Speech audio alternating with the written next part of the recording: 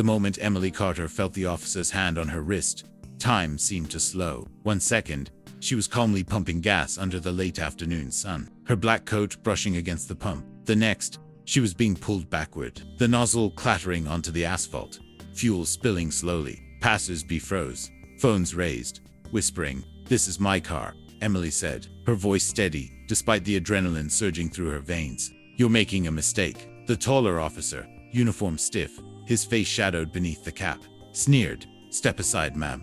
Now, Emily's chest tightened. She had done nothing wrong, yet she could feel the weight of assumptions pressing down. Assumptions about her race, her clothes, the quiet confidence that somehow made people uncomfortable. Around her, the world had stopped, and she was painfully aware of every stare, every judgment. Minutes dragged, each tick of the clock echoing louder than the last. Her license, registration, proof of ownership, all inside the car, inaccessible. She tried to speak again, urgency rising in her tone. "Please, just check the documents. You'll see." But no one listened. Their minds were closed, convinced in their own narrative. Emily felt a familiar heat rise in her chest, the anger, the frustration, the silent pleading that no one seemed to hear. Then, something clicked inside her. She remembered her mother's words from years ago. "The world might try to push you down, but your dignity, your choices, your voice, those are yours." She straightened her back, lifted her chin, and met the officer's gaze. "I understand why this looks suspicious, but I promise, I own this car.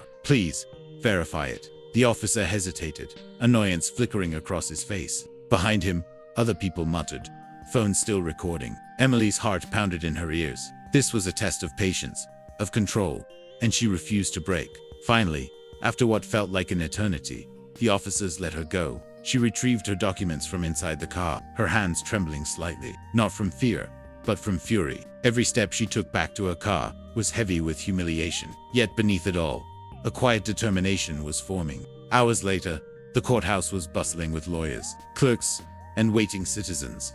Emily walked through the glass doors, black robes flowing behind her. Her heels clicked on the marble floor, confident, composed, unstoppable. She carried herself like someone who had survived an injustice and turned it into power. At the front desk, a young clerk barely looked up. "Good afternoon, Judge Carter," she said, her voice polite but indifferent. Emily smiled faintly, scanning the room. She remembered the gas station, the offices, the judgmental eyes, and she smiled, not with bitterness, but with quiet triumph. Today, she would sit on the bench, a symbol of justice, of authority earned, not assumed. The same officers from earlier that afternoon had arrived at the courthouse, handling routine matters. Emily spotted them near the elevators. Their jaws dropped slightly, eyes widening as they recognized the woman they had pulled aside hours ago. One of them muttered, That's her." The whispers spread quickly through the courthouse. "That's the woman from the gas station," someone said. "She's a judge." Emily approached the bench,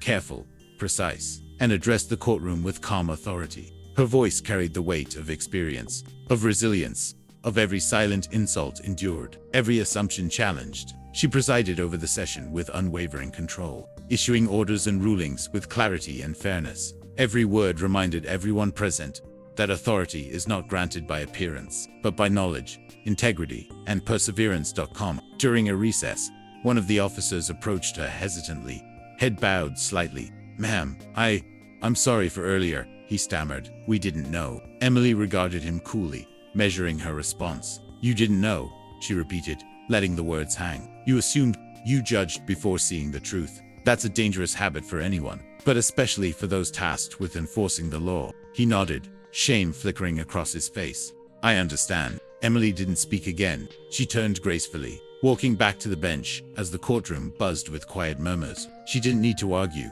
didn't need to raise her voice. Her presence, her robe, her composure said it all. Later that day, Emily stepped outside into the courtyard. The sun was low, casting long shadows, and the city moved around her in its usual rush. She took a deep breath, clutching her briefcase, her robe gently rustling in the breeze. She had faced judgment, humiliation, and assumptions, and she had turned them into authority, respect, and undeniable truth. A young law clerk approached her hesitantly, admiration in her eyes. "Judge Carter, you inspired me today," she said softly. Emily smiled warmly. "Remember," she replied, "respect comes from understanding, not assumption, and never let anyone define your worth before they know the full story." As she walked away from the courthouse, the officers from the gas station watched from across the street, humbled, silent. Emily didn't need their approval. Her victory wasn't in revenge, but in dignity, integrity, and the quiet reminder that appearances are never the measure of truth. By evening, Emily returned home, the day's events still vivid in her mind. She hung her robe carefully in her closet, a symbol not of authority taken, but of authority earned through resilience and grace. That night, she sat by her window, city lights flickering, and reflected on the lessons learned. The world will judge, but those who remain steadfast in integrity can rise above assumptions and reclaim their narrative.